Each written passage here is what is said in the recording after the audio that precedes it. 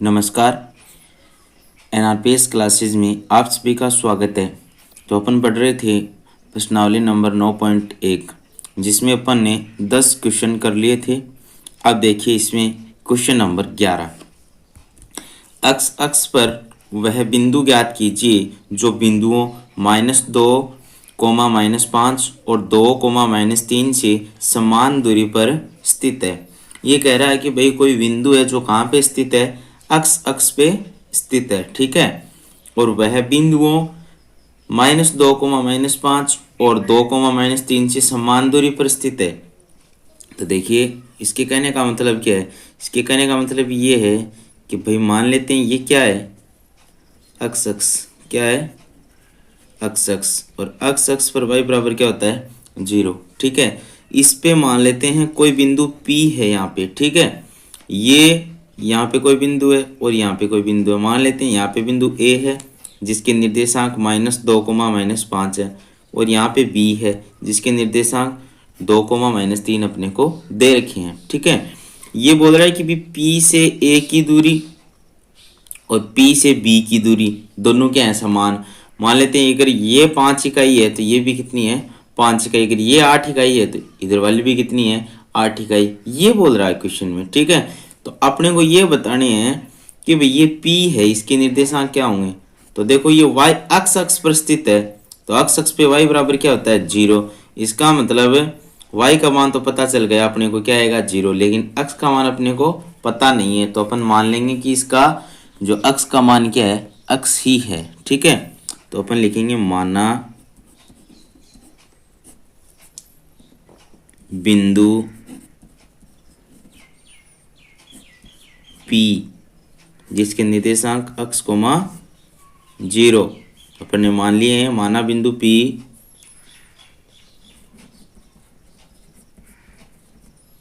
अक्ष अक्ष पर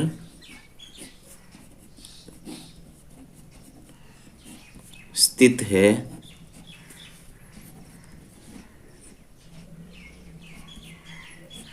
माना बिंदु P अक्ष कोमा 0 अक्ष अक्ष पर स्थित है तथा A -2, -5 व B 2, -3 से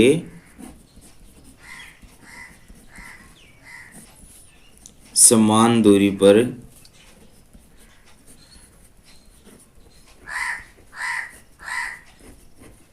स्थित है, ठीक है। अपन ने क्या मान लिया कि विमाना बिंदु P है जिसके निर्देशांक अपने क्या मान लिए, अक्ष कोमा 0, अक्ष अक्ष पर स्थित है। कहाँ पे स्थित है, अक्ष अक्ष पर, तथा बिंदु A जिसके निर्देशांक -2, -5 दे रखे हैं, और B 2, -3 से क्या है, समान दूरी पर स्थित है, ठीक है। तो देखो इसका मतलब क्या हो गया कि प्रश्न क्या बोल रहा है अपने को, प्रश्नानुसार PA बराबर PB, यानी जो PA की दूरी है उतनी किसकी होगी, PB की। ये बोल रहा है प्रश्न में। अगर ये दोनों बराबर हैं तो इन दोनों का वर्ग भी क्या होगा, बराबर। मान लेते हैं ये 5 है तो ये भी 5 होगी। 5 का स्क्वायर कितना होता है 25, तो इसका स्क्वायर भी कितना आएगा 25। तो अब इसका मतलब इनका स्क्वायर भी क्या होगा, बराबर होगा, ठीक है। तो देखिए एक ये बिंदु हो गया और एक ये बिंदु हो गया, इधर भी एक ही बिंदु है और एक ये बिंदु है। अब इनके बीच की दूरी अपन कैसे ज्ञात करें, वही फॉर्मूला, दो बिंदुओं के बीच की दूरी ज्ञात करने वाला। तो इसमें फॉर्मूला यूज कर देते हैं अपन, पी ए के मध्य दूरी x2 माइनस x1 का whole square plus y2 minus y1 का होल स्क्वायर। पी याद करेंगे तब भी यही सूत्र लगेगा, x2 माइनस x1 का whole square, y2 minus y1 का होल स्क्वायर। बट ये तो पी ए के लिए फॉर्मूला और ये पी बी के लिए, ठीक है। ये x1 x2 y1 y2 के मान अलग अलग होंगे दोनों में, ठीक है। अब देखिए इनके ऊपर लगा दिया स्क्वायर, ठीक है। अब स्क्वायर लगा दिया तो स्क्वायर से इसका अंडर रूट गायब हो जाएगा। ठीक है, हो जाएगा, कोई दिक्कत नहीं है। और मान रख देते हैं साथ में ही अपन, मान रखेंगे तो देखो पी ए के लिए x1 x2 y1 y2 क्या होंगे, तो पी ए, तो पी पहले आ रहा है तो ये तो हो जाएगा x1 y1, और ए बाद में आ रहा है तो ये हो जाएगा x2 y2। किसके लिए, पी ए के लिए। तो x2 का मान कितना है, -2, माइनस x1 का मान कितना है, x है ना x1 का मान, ये -70 का होल स्क्वायर, प्लस y2 का मान कितना है, -5, माइनस y1 का मान कितना है, 0 का होल स्क्वायर। इधर अपन मान रखेंगे पी बी के लिए, आगे किसका है ये, पी बी के लिए, तो x1 y1, पी पहले आया तो x1 y1 हो जाएंगे, और पी बी के लिए x2 y2 ये हो जाएंगे। ठीक है, तो x2 का मान कितना है, 2, माइनस x1 का मान कितना है, x का होल स्क्वायर ये, फिर प्लस y2 का मान कितना है, -3, -70 का, फिर y1 का मान कितना है, 0 का होल स्क्वायर। आगे इसको सरल करते हैं तो यहाँ पे एक सर्वसमीका लगेगी, वो कौन सी है, देखो x माइनस वाई का होल स्क्वायर या a माइनस बी का होल स्क्वायर, ये कर लो आप, a माइनस बी का whole square. a minus b का होल स्क्वायर क्या होता है, a square plus B square minus 2ab। ठीक है, तो देखिए आगे इसको सरल करते हैं। तो देखिए इसमें a का मान -2 मान लो, b का मान x हो जाएगा। ठीक है, तो इसमें ये लगाते हैं तो a square plus B square. अब देखिए यहाँ पे x के माइनस नहीं आएगा, क्यों नहीं आएगा, क्योंकि ये जो माइनस है वो इस माइनस से कट जाएगा। इसकी तुलना करेंगे तो अपन a की जगह क्या है, -2, माइनस की जगह माइनस है ही, और b की जगह क्या बचेगा, केवल x बचेगा। ठीक है, -2, a का मान -2 है और b का मान x है। ठीक है, प्लस -5 में से 0 घटाएंगे क्या बचेगा, -5 का होल स्क्वायर बराबर, अब इसमें लगाएंगे तो a square plus B square -2ab plus ये आगे क्या बचेगा, -3 का होल स्क्वायर। ठीक है, आगे इसको सरल करेंगे तो देखिए क्या आ जाएगा अपने पास, -2 का स्क्वायर कितना हो जाएगा, 4, प्लस x का होल स्क्वायर कितना हो जाएगा, x स्क्वायर, फिर देखो ये माइनस और माइनस गुणा होंगे तो क्या हो जाएंगे, प्लस 2 दूनी 4x, प्लस -5 का होल स्क्वायर कितना होता है, 25, बराबर 2 का स्क्वायर 4, प्लस x का होल स्क्वायर x स्क्वायर, -2 दूनी 4x, फिर प्लस -3 का होल स्क्वायर कितना होता है, 9। ठीक है, अब इन सभी का पक्षांतरण करके इधर ले आओ। देखो पहले देखो इधर भी प्लस का अक्स है और इधर भी प्लस का अक्स है, बराबर के दोनों तरफ एक जैसी संख्या हो और दोनों के एक जैसा चिन्ह हो तो वो दोनों संख्याएं कट जाती हैं। देखो ये भी प्लस का ये भी प्लस का है, और x स्क्वायर है x स्क्वायर है, दोनों तरफ एक जैसी संख्या है और एक जैसे चिन्ह है। अब इसका इधर पक्षांतरण करेंगे तो ये प्लस का x स्क्वायर था, इधर किसका जाएगा, माइनस का, तो प्लस माइनस वैसे कट जाता। तो देखो यहाँ पे क्या है, अब देखो ये 4 प्लस का है इधर, और इधर भी प्लस का 4 है, ये भी कैंसिल आउट, तो यहाँ पे क्या बचेगा, 4x। ये 4x से ये 4x नहीं कटेगा, क्यों नहीं कटेगा, क्योंकि यहाँ पे माइनस का चिन्ह और यहाँ पे प्लस का चिन्ह है, तो एक जैसा चिन्ह नहीं है, संख्या एक जैसी है बस। तो इस 4 और यहाँ पे पहले क्या है 25, फिर इस -4x का पक्षांतरण करेंगे तो इधर आते ही प्लस का 4, फिर इस 9 का पक्षांतरण करेंगे तो इधर प्लस का, इधर आते ही माइनस का, बराबर 0। आगे इसको सरल करते हैं, देखिए 4 और 4 कितने हो जाएंगे अपने पास है 8x, और 25 में से 9 घटाएंगे कितने बचेंगे, प्लस के 16, बराबर 0। तो 8x बराबर 16 का पक्षांतरण कर देंगे तो आगे ये हो जाएगा -16। अब अपने को x का मान याद करना है, तो -16 8 गुणा में था, या कहाँ चला जाएगा, भाग में चला जाएगा, तो x का मान कितना आ जाएगा अपने पास से 2 आ जाएगा। ठीक है, तो अपने बिंदु P के निर्देशांक क्या माने थे?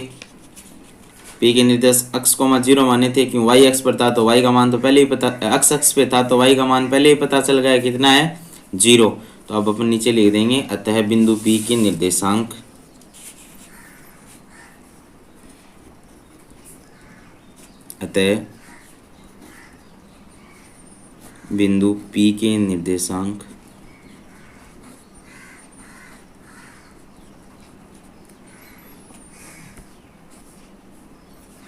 -2,0 होंगे।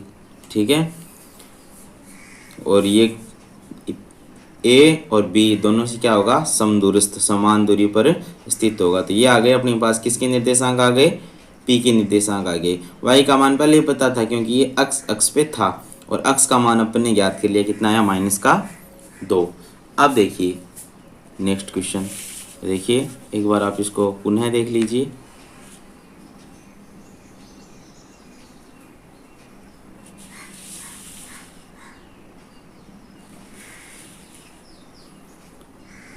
चलिए आगे बढ़ते हैं।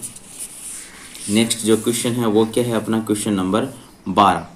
क्वेश्चन नंबर 12 है कि y अक्ष पर वह बिंदु ज्ञात कीजिए जो बिंदुओं -5, -2 और 3, 2 से समान दूरी पर स्थित है। तो देखिए सेम ही क्वेश्चन है, बस यहाँ पे अक्ष की जगह y अक्ष आया है। तो अपन मान लेंगे कि ये y अक्ष और y अक्ष पर अक्ष बराबर क्या होता है? 0। तो यहाँ पे कोई बिंदु P था जिसकी निर्देशांक अपन इस बार मान लेंगे 0, y। ठीक है, और यहाँ पे कोई बिंदु A था जिसके निर्देशांक थे -5, -2, और यहाँ पे कोई बिंदु B था जिसका निर्देशांक मान लेंगे 3, 2। तो अगर मान लेते हैं ये 8 इकाई है तो ये भी कितना है? 8 इकाई। दोनों क्या है? समदूरस्थ हैं, समान दूरी पर स्थित हैं। तो जैसे पहले वाला क्वेश्चन क्या था, सेम वैसा का वैसा, कुछ भी चेंज नहीं है। सिर्फ उसमें तो अपने को y का मान दे रखा था, अक्ष का मान निकाला था, इसमें अक्ष का मान दे रखा है, y का मान निकालना है। ठीक है, तो माना y अक्ष पर स्थित बिंदु P जिसके निर्देशांक 0, y हैं, जो बिंदुओं A -5, -2 तथा B 3, 2 से क्या है? समान दूरी पर स्थित है।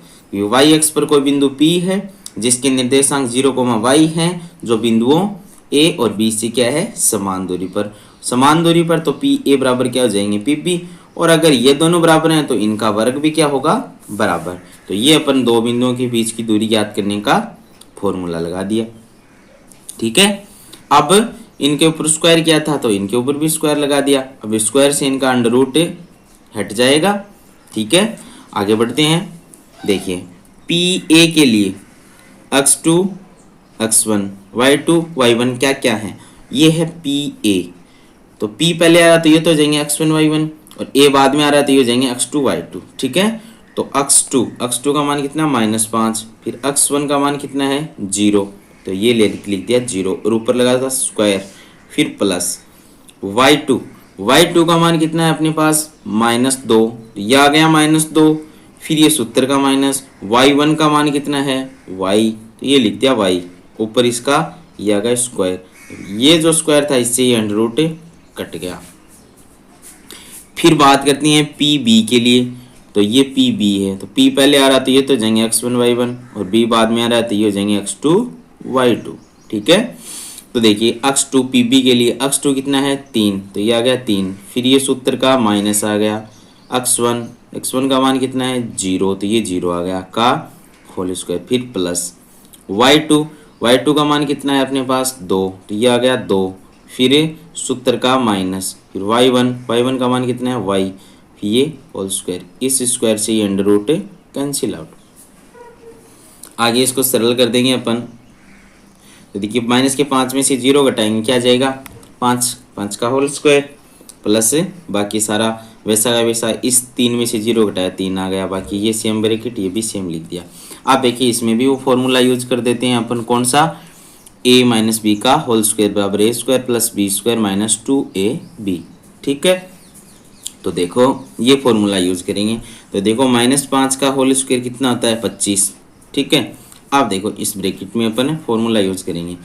ए square plus B square minus 2ab। तो ए का मान अपन उसमें माना था -2, इसमें भी -2 ही है। सेम क्वेश्चन, सेम चल रहा है सब कुछ।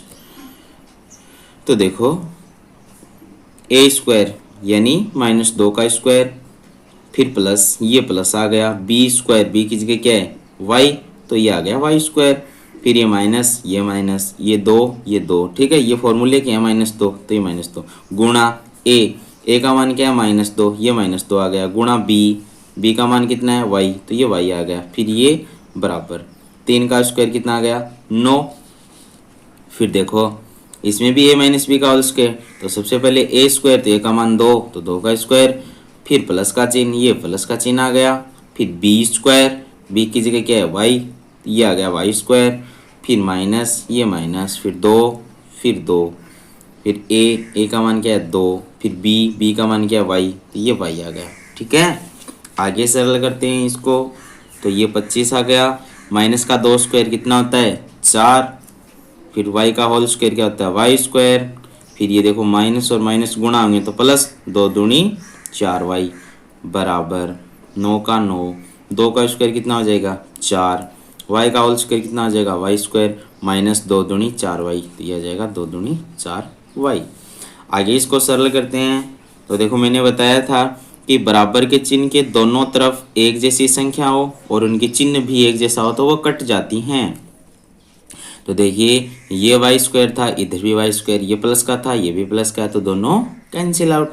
अब देखो 25 और 4 कितने हो जाएंगे 29 प्लस 4y, और 9 और 4 कितने हो जाएंगे 13 माइनस 4y। अब इन सभी का पक्षांतरण कर देंगे इधर। तो देखो 4y प्लस 29 यहाँ पे पहले से थे, ठीक है, इधर इनका पक्षांतरण करेंगे तो ये 13 प्लस का था, इधर आते ही माइनस का हो गया, 4 माइनस का था, इधर आते ही प्लस का हो गया। अब यहाँ पे क्या बचा, इनका पक्षांतरण कर दिया तो 0। तो देखो 4y और 4y कितने हो गए 8y, और 29 में से 13 घटाएंगे कितने बचेंगे 16 बराबर 0। 8y बराबर कितना आ जाएगा अपने पास -16। ठीक है, तो y बराबर 16 में 8 का भाग देंगे क्या जाएगा अपने पास -2, क्या जाएगा -2। तो देखो पूरा का पूरा क्वेश्चन वैसा का वैसा है, मान भी -2 आया है, सिर्फ अक्स की जगह y यूज किया है बस इसमें, और कुछ भी नहीं किया, सब कुछ सेम है। तो y का मान -2 आ गया, तो अपन ने बिंदु माना था, उसके निर्देशांक क्या माने थे 0, y माने थे। ठीक है, तो जो p है उसके निर्देशांक क्या जाएंगे, तो बिंदु p के निर्देशांक क्या होंगे 0, -2 होंगे। ठीक है स्टूडेंट्स, तो ये दोनों क्वेश्चन सेम थे। तो आज की क्लास में बस इतना ही। ठीक है, तो ये 2 क्वेश्चन अच्छे क्वेश्चन है, ये आप इनको निकालना अच्छे तरीके से। ठीक है, और दोनों सेम थे। बाकी नेक्स्ट क्लास में। ओके स्टूडेंट्स, धन्यवाद।